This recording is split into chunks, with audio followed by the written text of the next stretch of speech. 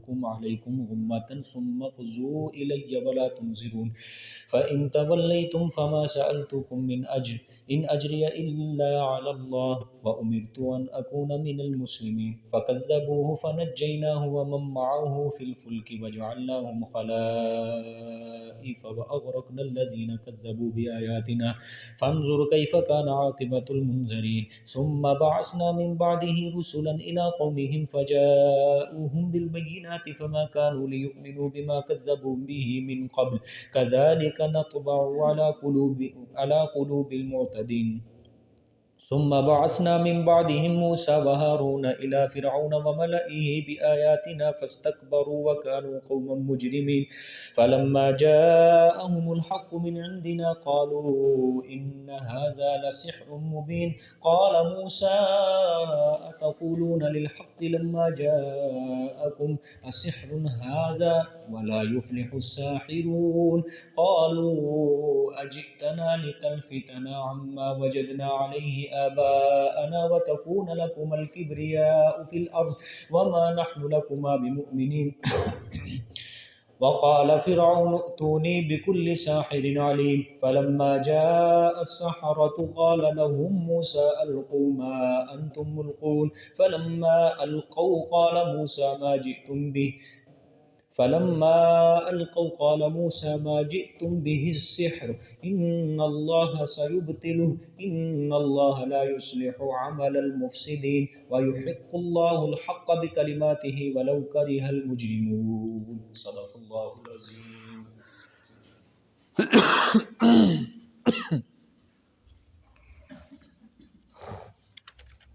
کل کے سبق میں آخری آیت میں اللہ تعالیٰ نے یہود و نصارہ مشرکین کے ایک شکوہ بیان فرمایا، پھر اس شکوے کا 5 وجوہ سے تردید فرمائی کہ یہودی عیسائی یہ لوگ کہتے ہیں کہ اللہ تعالیٰ نے بیٹا بنا لیا۔ اللہ تعالیٰ نے فرمایا سبحانہ، حالانکہ میری ذات تو بیٹا بنانے سے پاک ہے اور میں اس چیز سے غنی ہوں، بے نیاز ہوں، زمین و آسمان کی ہر چیز میرے پاس ہے۔ اور یہ ظالم یہ جو بات کر رہے ہیں، یہ دعویٰ کر رہے ہیں، یہ ان کا دعویٰ بلا دلیل ہے، کوئی دلیل نہیں ہے ان کے پاس۔ یہ اوپر اللہ کے ایسی ایسی باتیں منسوب کرتے ہیں جو یہ خود نہیں جانتے۔ آج کا سبق جہاں سے شروع فرمایا قل ان الذین یفترون علی اللہ الکذب لا یفلحون، اسی کے متعلق ہے یہ زجر ہے ما تخویف اخروی۔ قل فرما دو میرے پیغمبر ان الذین یفترون علی اللہ الکذب لا یفلحون، بے شک وہ لوگ جو گھڑتے ہیں اوپر اللہ کے جھوٹ کو، لا یفلحون وہ کبھی بھی کامیاب نہیں ہوں گے۔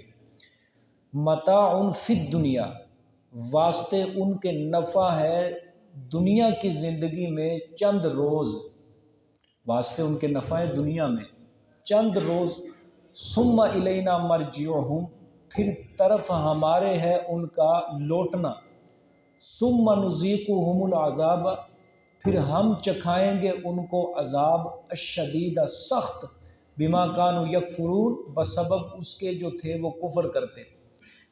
اللہ تعالیٰ نے فرمایا میرے پیغمبر آپ ان مشرکوں سے فرما دیں، یہ جو لوگ اللہ کے اوپر بہتان باندھتے ہیں، یہ اللہ تعالیٰ نے بیٹا بنا لیا، اللہ تعالیٰ فرشتے اللہ کی بیٹیاں ہیں، الیاذ باللہ، یہ سب اللہ کے اوپر بہتان ہے، جھوٹ بولتے ہیں، یہ آخرت کے اندر کامیاب نہیں ہوں گے۔ دنیا کے اندر یہ چند روزہ مال دولت پیسہ اس کے اوپر یہ بڑا فخر کر رہے ہیں، اتراتے ہیں، یہ صرف چند روزہ زندگی یہ نفع اٹھا لیں، مزے کر لیں، موج مستی کر لیں، لیکن مرنے کے بعد انہوں نے آنا میرے ہی پاس ہے۔ پھر جب جہان بدلے گا پھر ان کے حالات بھی بدل جائیں گے، اور جب حالات بدلیں گے پھر ہم ان کو بتائیں گے، اچھی طرح ان کا حساب لیں گے، پھر ہم ان کو سخت عذاب چکھائیں گے انہی باتوں کے عوض جو یہ دنیا کے اندر میرے اوپر جھوٹ باندھا کرتے تھے۔ ٹھیک ہے، اللہ اکبر۔ وَاتْلُ عَلَيْهِمْ نَبَأَ نُوحٍ، اور پڑھیں آپ اوپر ان کے نبأ نوح، خبر نوح علیہ السلام کی۔ ٹھیک ہے، اچھا متاع فی الدنیا آیا نا پیچھے، دنیا کی زندگی میں یہ نفع کما لے جتنا کما، موج مستی کر لیں، اسی آیت کے متعلق اللہ تعالیٰ آگے انبیاء علیہ السلام کے واقعات ذکر کریں گے، ٹھیک ہے۔ کیا واقعہ؟ اب یہاں سے مشرکین عرب کو تخویف دنیاوی کا تفصیلی نمونہ سنائیں گے اللہ تعالیٰ، تخویف اخروی نہ، تخویف دنیاوی کا تفصیلی نمونہ اللہ بیان فرمائیں گے تاکہ کفار مشرکین ان واقعات کو پڑھ کے عبرت حاصل کریں کہ انبیاء کے مقابلے میں دنیا کی زندگی کی جو وجاہت ہے، عزت ہے، یہ کچھ کام نہیں دیتی۔ انبیاء کے مقابلے میں دنیاوی زندگی، اس کی عزت، وجاہت، یہ کوئی کام نہیں دیتی۔ اس وجہ سے اللہ تعالیٰ حضرت نوح علیہ السلام کا واقعہ ذکر کریں گے، پھر اس کے بعد حضرت موسیٰ علیہ السلام کا واقعہ ذکر فرمائیں گے۔ تو یہ تخویف دنیاوی کا تفصیلی نمونہ اللہ بیان فرمائیں گے۔ وَاتْلُ عَلَيْهِمْ نَبَأَ نُوحٍ، اور پڑھ تو اوپر ان کے قصہ نوح کا، خبر نوح علیہ السلام کی۔ اِذْ قَالَ لِقَوْمِهِ يَا قَوْمِ إِنْ كَانَ كَبُرَ عَلَيْكُمْ مَقَامِي وَتَذْكِيرِي بِآيَاتِ اللَّهِ، جبکہ کہا حضرت نوح علیہ السلام نے اپنی قوم سے، یا قومی، اے میری قوم، ان کان کبر علیکم مقامی، اگر ہے ناگوار اوپر تمہارے میرا ٹھہرنا۔ مقامی کا مطلب میرا ٹھہرنا یا میرا کھڑا ہونا، دونوں معنی کر سکتے ہیں، کیونکہ اکثر واعظ و نصیحت جو کرنے والا ہوتا ہے وہ کھڑے ہو کے واعظ و نصیحت کرتا ہے، یا دوسرا ترجمہ ٹھہرنا، کہ رہنا سہنا میرا تمہارے اندر اگر تمہیں ناگوار گزرتا ہے۔ وَتَذْكِيرِي بِآيَاتِ اللَّهِ، اور نصیحت کرنا میرا ساتھ اللہ کی آیات کے، نصیحت کرنا میرا ساتھ اللہ کی آیات کے۔ فَعَلَى اللَّهِ تَوَكَّلْتُ، اچھا، نصیحت کرنا میرا ساتھ اللہ کی آیات کے، اگر تمہیں ناگوار گزرتا ہے تو ہوتا رہے، مجھے کوئی پرواہ نہیں، ٹھیک ہے۔ آگے پھر فَعَلَى اللَّهِ تَوَكَّلْتُ، پس اوپر اللہ کے میں تو بھروسہ رکھتا ہوں۔ اگر تمہیں ناگوار گزرتا ہے ہوتا رہے، مجھے کوئی پرواہ نہیں، میں تو صرف اپنے رب کے اوپر بھروسہ کرتا ہوں، ٹھیک ہے۔ اللہ نے سب سے پہلے حضرت نوح علیہ السلام کا قصہ ذکر فرمایا ہے، ٹھیک ہے، جو سب کے جد امجد ہیں، اور مورخین نے ان کو آدم ثانی کا لقب بھی دیا ہے، آدم ثانی کا۔ کفار کے مقابلے میں پہلے رسول یہ ہیں، ٹھیک ہے۔ حدیث شریف میں بھی حضرت نوح علیہ السلام کو اول الرسول الی اہل الارض کہا گیا ہے، کہ زمین کی طرف جو پہلے رسول ہیں وہ نوح علیہ السلام، کفر کا مقابلہ، شرک کا مقابلہ کرنے کی وجہ سے پہلے رسول۔ حضرت آدم علیہ السلام اگرچہ پہلے نبی ہیں، پہلے رسول ہیں، نسل انسانیت کی ابتدا اللہ نے نبوت و رسالت کا آغاز حضرت آدم علیہ السلام سے شروع فرمایا، لیکن حضرت آدم علیہ السلام کے زمانے میں شرک نہیں تھا، کفر نہیں تھا، اور بعد میں بھی کوئی شرک و کفر نہیں تھا، جس طرح اللہ تعالیٰ قرآن پاک میں کہتے ہیں نا، وَكَانَ النَّاسُ أُمَّةً وَاحِدَةً، کہ تھے لوگ ایک جماعت، ایک امت، یعنی توحید کے اوپر سارے کاربند تھے۔ حضرت آدم علیہ السلام کے کئی سال بعد پھر شرک شروع ہوا، اور وہ حضرت نوح علیہ السلام کی قوم نے شرک کا آغاز کیا تھا۔ میں آپ کو سمجھایا گزشتہ آیات میں سارا۔ جب قوم نے نافرمانی کی حضرت نوح علیہ السلام کی قوم نے، تو اللہ تعالیٰ نے ان کو عذاب کے اندر کیا کر دیا؟ ہلاک کر دیا، ختم کر دیا۔ تو حضرت نوح علیہ السلام کی پہلی قوم ہے جو اللہ تعالیٰ کے عذاب میں سب سے پہلے ہلاک ہوئی ہے، ٹھیک ہے، سب سے پہلے عذاب انہی کی قوم کے اوپر ہے، حضرت نوح علیہ السلام کی۔ تو اللہ تعالیٰ نے فرمایا میرے پیغمبر ان کو حضرت نوح کا قصہ پڑھ کے سناؤ، ان مشرکین مکہ کو، تاکہ ان کو معلوم ہو کہ دنیا کی عزت اور وجاہت قہر خداوندی کے مقابلے میں کوئی کام نہیں دیتی ہے۔ جب اللہ کا عذاب آ جاتا ہے، اللہ کا حکم آ جاتا ہے، اللہ کا قہر برس پڑتا ہے آسمانوں سے یا زمین سے، زلزلہ برپا ہو جاتے ہیں، تو پھر یہ دنیا کی دولت، مال، پیسہ، تکبر، یہ تمہارے کوئی کام نہیں آئے گا۔ چنانچہ فرمایا حضرت نوح علیہ السلام کا اللہ نے قول ذکر کیا ہے۔ کیا قول ہے؟ بڑا زبردست اللہ تعالیٰ نے قول ذکر فرمایا کہ میرے پیغمبر آپ ان لوگوں کو سنائیں یہ قصہ جو اپنے مال و دولت کے اوپر مغرور ہے۔ نوح علیہ السلام، کہ جب نوح علیہ السلام نے اپنی قوم سے کہا کہ اے میری قوم، اگر میرا تمہارے اندر رہنا، مقامی رہنا، سہنا، ٹھہرنا، اور آگے میرا وتذکیری بیایات اللہ، میرا واعظ و نصیحت کرنا اللہ تعالیٰ کی آیات کے ساتھ، اگر تم پر شاق گزرتا ہے، مشکل گزرتا ہے، اگر تمہیں اچھا نہیں لگتا میرا نصیحت کرنا، میری نصیحت کرنے سے تم بہت زیادہ تنگ دل ہوتے ہو، تو ہوتے رہو، اب مجھے قتل کرنے کے تم درپے ہو، جلا وطن کرنے کے تم درپے ہو، کرتے رہو یہ ساری تدبیریں، مجھے کوئی پرواہ نہیں ہے، میں تو اپنے رب کے اوپر بھروسہ کیے ہوئے ہوں، بس مجھے کوئی اللہ نے اپنے پیغمبر کا توکل بیان فرمایا ہے کہ دیکھو نبی کا ایمان کتنا ہوتا ہے۔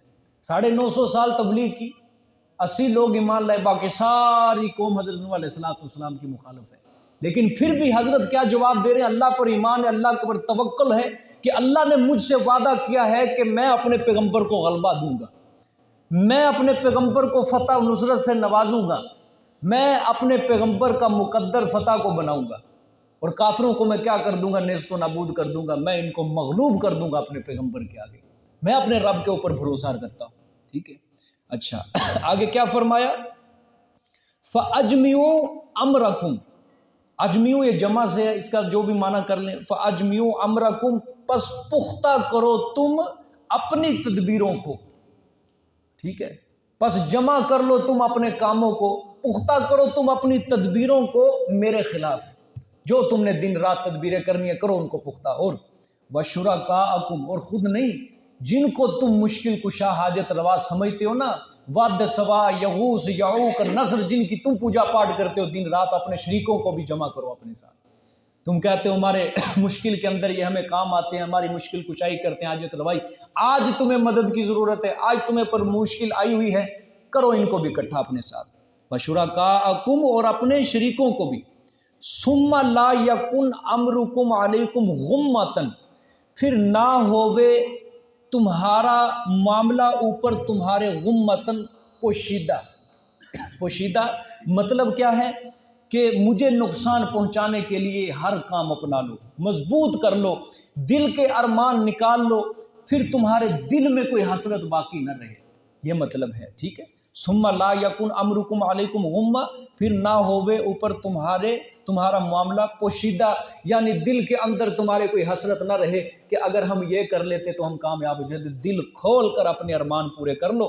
ثم اقضوا الیہ، پھر کر چکو الیہ طرف میرے، جو کچھ کرنا ہے کر چکو طرف میرے، جو کچھ کرنا ہے، وَلَا تُنظِرُونَ، اور نہ تم مہلت دینا مجھے، ٹھیک ہے، مجھے کوئی بھی مہلت نہ دینا۔ یہاں تک حضرت نوح علیہ السلام کا اللہ نے یہ قول ذکر کیا ہے، اور ذکر کرنے کا مقصد کیا ہے کہ دیکھ لو کہ نبی کا توکل کتنا ہوتا ہے، نبی کا ایمان کتنا ہوتا ہے اللہ کے اوپر، کہ سوائے خدا کے نبی کسی سے نہیں ڈرتا، سوائے اللہ کے نبی کسی سے بھی نہیں ڈرتا، کسی کا خوف اپنے دل کے اندر نہیں رکھتا ہے۔ پھر آگے فَإِن تَوَلَّيْتُمْ فَمَا سَأَلْتُكُم مِّنْ أَجْرٍ إِنْ أَجْرِيَ إِلَّا عَلَى اللَّهِ، پس اگر تم منہ موڑو گے، پس اگر تم منہ موڑو گے، فَمَا سَأَلْتُكُم مِّنْ أَجْرٍ، پس نہیں میں سوال کرتا تم سے، من اجر، کوئی مزدوری، نہیں میں مانگتا تم سے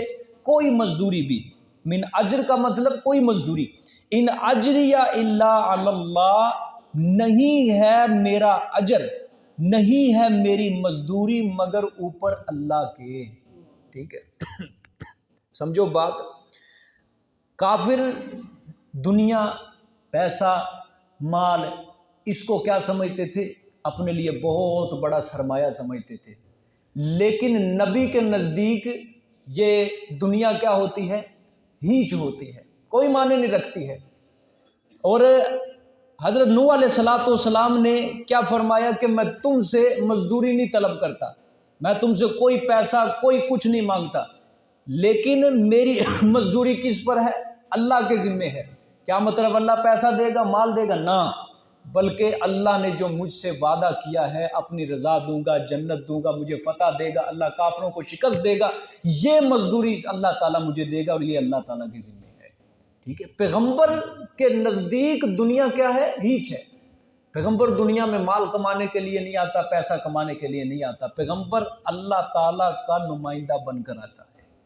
ٹھیک ہے، اللہ تعالیٰ کے احکام لوگوں کو سمجھانے کے لیے آتا ہے۔ ٹھیک ہے، دیکھیں جی، فَإِن تَوَلَّيْتُمْ، پس اگر تم منہ موڑو گے، فَمَا سَأَلْتُكُم مِّنْ أَجْرٍ، پس نہیں میں سوال کرتا، نہیں میں مانگتا تم سے کوئی مزدوری، یعنی اللہ فرمانا چاہتے ہیں لوگوں، نبی کا دل ہرس اور طمع سے بالکل پاک ہوتا ہے، نبی کا دل لالچ سے پاک ہوتا ہے۔ اگر تم میری نصیحت سے منہ موڑو گے، تم میری نصیحت، میری دعوت پر کوئی عمل نہیں کرو گے تو میں اس پر تم سے کوئی اجرت نہیں مانگتا، میری اجرت صرف اللہ کے ذمے ہے، وہ مجھے دے گا، چاہے تم ایمان لاؤ یا نہ لاؤ، اس نے مجھے حکم دیا ہے کہ میں اس کی دعوت و تبلیغ کا پیغام تمہارے تک کیا کرتا رہوں، پہنچاتا رہوں۔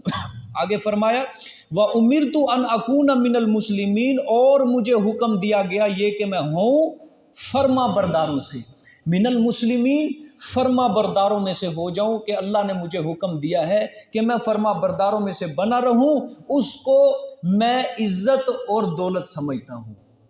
ٹھیک ہے، اللہ تعالیٰ کا فرما بردار، اللہ تعالیٰ کا عابد رہنا، زاہد رہنا، میں اسی کو اپنے لیے بہت بڑی دولت سمجھتا ہوں، اور جو تم دنیا کے اوپر اتراتے ہو میں اس دنیا کو میں ہیچ سمجھتا ہوں، کچھ نہیں سمجھتا ہوں۔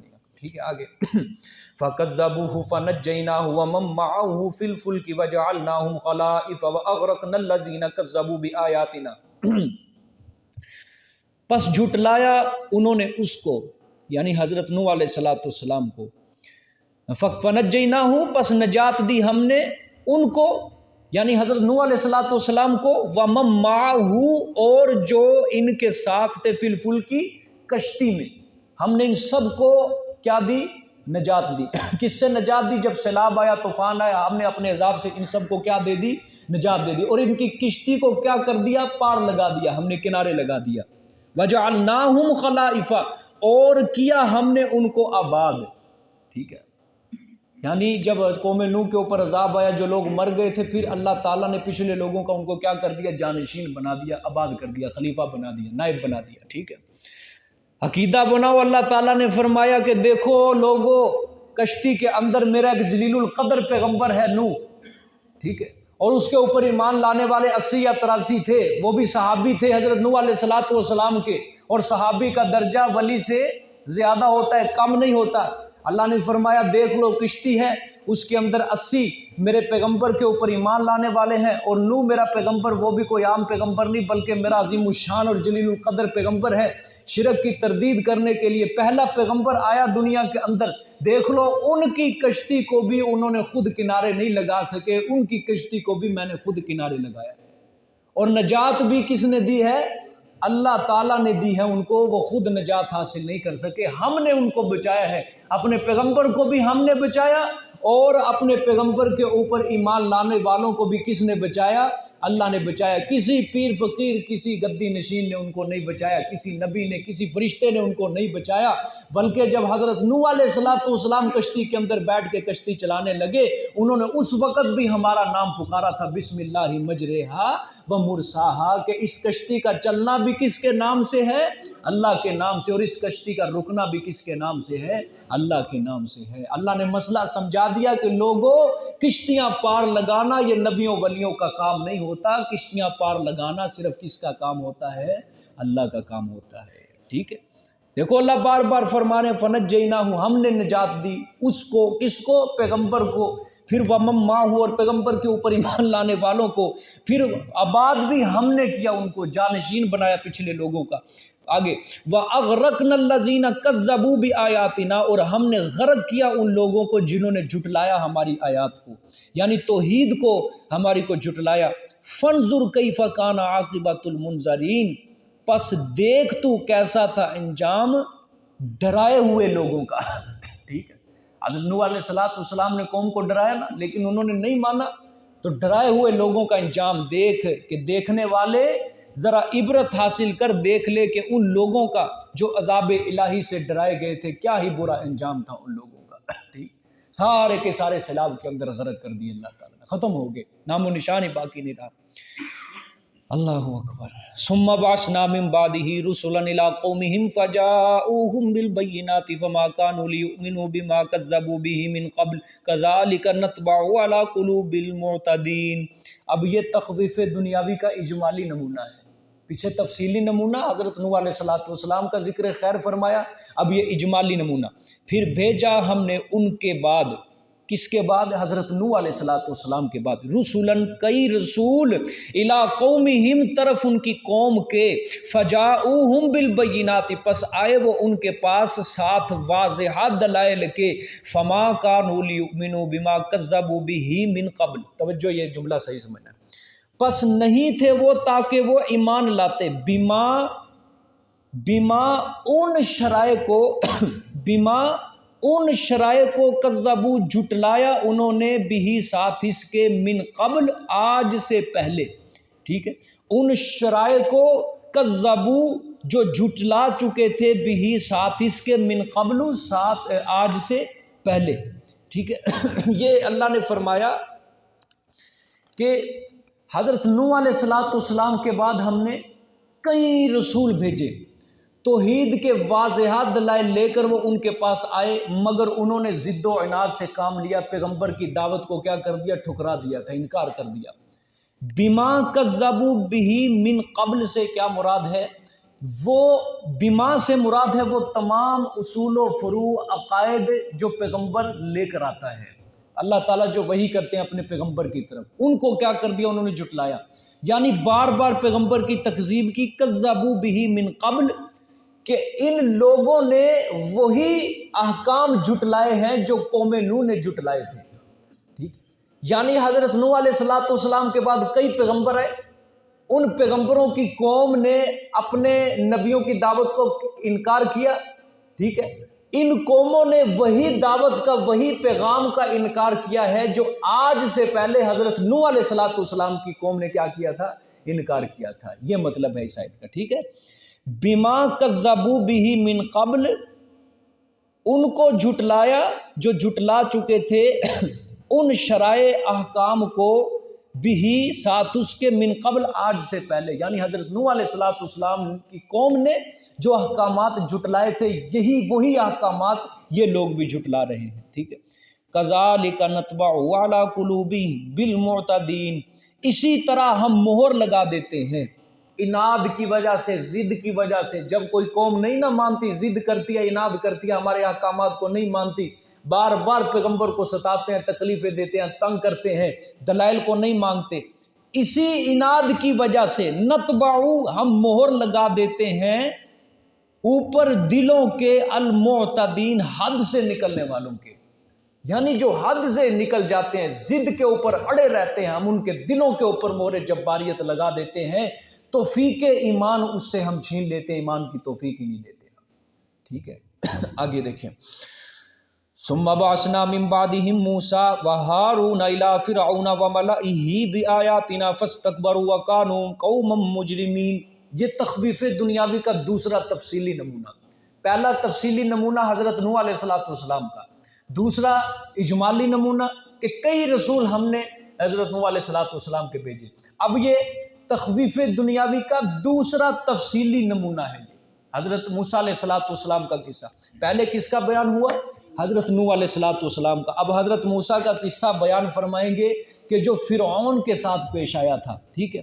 اچھا، یہ سلسلہ کافی دور تک چلا جائے گا کیونکہ اللہ تعالیٰ جب حضرت موسیٰ کا قصہ جہاں بھی شروع کرتے ہیں نا، تفصیل کے ساتھ ضرور ذکر کرتے ہیں۔ سورۃ اعراف میں بھی چونکہ یہ اسی طرح آیا کہ اللہ نے حضرت موسیٰ کا قصہ جب ذکر کیا، 8 واقعات حضرت موسیٰ کے قصے کے اندر ہی اللہ نے ذکر فرمائے تھے، ٹھیک ہے۔ اب یہاں بھی یہ سلسلہ دور تک جائے گا، لمبا قصہ اللہ تعالیٰ نے ذکر کیا۔ سب کا خلاصہ یہ ہوگا کہ میرا کمبل پوش نبی موسیٰ بے سر و سامانی کے عالم میں ایک درویش، یہ ہم نے کس طرح اس کو کامیاب کر دیا، اور دوسری طرف فرعون جس کے پاس دنیا تھی، مال تھا، پیسہ تھا، نوکر چاکر تھے، سب کچھ تھا، ہم نے فرعون کو ناکام کر دیا، غرق کر دیا ہم نے پانی کے اندر، ٹھیک ہے۔ وہ دنیا جو دنیا فرعون کو اپنا خدا مانتی تھی، فرعون نے اپنے آپ کو خدائی کا دعویٰ کیا تھا، دنیا نے پھر دیکھا وہ فرعون جو جس کے پاس دنیا تھا، مال تھا، پیسہ تھا، فرعون کو کس طرح اللہ تعالیٰ نے پانی کے اندر غرق کر دیا، اور اپنے ایک درویش موسیٰ کو کس طرح پانی کے رستوں سے گزار کر اللہ تعالیٰ نے ان کو بچا لیا، ٹھیک ہے۔ اللہ اکبر۔ یہ یہاں سے اللہ تخفیف دنیاوی پر دوسرا تفصیلی نمونہ ذکر فرمائیں گے۔ دیکھیں جی ترجمہ، ثم بعثنا من بعدہم، پھر بھیجا ہم نے ان کے بعد، یعنی ان رسولوں کے بعد۔ پیچھے اللہ نے فرمایا نا ثم بعثنا من بعدہ رسلا، کہ ہم نے نوح علیہ السلام کے بعد کئی رسول بھیجے، پھر کئی رسولوں کے بعد پھر ہم نے بھیجا من بعدہم، ان رسولوں کے بعد، موسیٰ علیہ السلام کو، و ہارون، اور ہارون علیہ السلام کو، دونوں بھائی تھے، حضرت ہارون علیہ السلام بڑے بڑے تھے، حضرت موسیٰ چھوٹے تھے، ٹھیک ہے، لیکن اللہ تعالیٰ نے جو تورات کتاب دی تھی وہ کس کو دی تھی؟ حضرت موسیٰ علیہ السلام کو، اس لیے ان کا شان زیادہ تھا، مفسرین فرماتے ہیں، ٹھیک ہے۔ الا فرعون، طرف فرعون کے، وملئہ اور ان کے سرداروں کے، بھی آیاتنا ساتھ اپنی آیات کے بھیجا، فاستکبروا، یہ حالت اولا بیان کریں گے اللہ فرعونیوں کی اور اس کے سرداروں کی، پس تکبر کیا انہوں نے، وَكَانُوا قَوْمًا مُجْرِمِينَ، اور تھے وہ قوم جرم کرنے والے، وہ تو تھے ہی جرم کرنے والے۔ اللہ تعالیٰ نے فرمایا کہ ہم نے ان پیغمبروں کے بعد موسیٰ علیہ السلام کو اور حضرت ہارون علیہ السلام کو اپنی نشانیاں دے کر بھیجا۔ نشانیاں کون سی تھی جی؟ عصا، ٹھیک ہے، اور ید بیضا، ٹھیک ہے، عصا یعنی لاٹھی کا سانپ بن جانا، اور ید بیضا، ید کہتے ہیں عربی میں سفید کو، ید ہاتھ کو کہتے ہیں اور بیضا سفید کو کہتے ہیں، یعنی ہاتھ کا روشن ہو جانا۔ یہ دو معجزے اللہ نے حضرت موسیٰ علیہ السلام کو دیے تھے۔ جب حضرت موسیٰ علیہ السلام نے یہ دونوں معجزات فرعون کے دربار میں جا کے دکھائے، فرعونیوں کے سامنے اور فرعون کے سامنے، ٹھیک ہے، لیکن انہوں نے کیا کیا؟ تکبر کیا، ٹھیک ہے، فاستکبروا، کیا کیا انہوں نے؟ تکبر کیا، ظاہری عزت اور وجاہت کے اوپر وہ تکبر کرنے لگے، اور اللہ نے فرمایا وَكَانُوا قَوْمًا مُجْرِمِينَ، وہ تو قوم ہی جرم کرنے والی تھی، یعنی ازل سے ہی لکھا جا چکا تھا کہ یہ دنیا دولت کے نشے میں مغرور ہو کر یہ ظالم پیغمبروں کے مقابلے کریں گے، ٹھیک ہے۔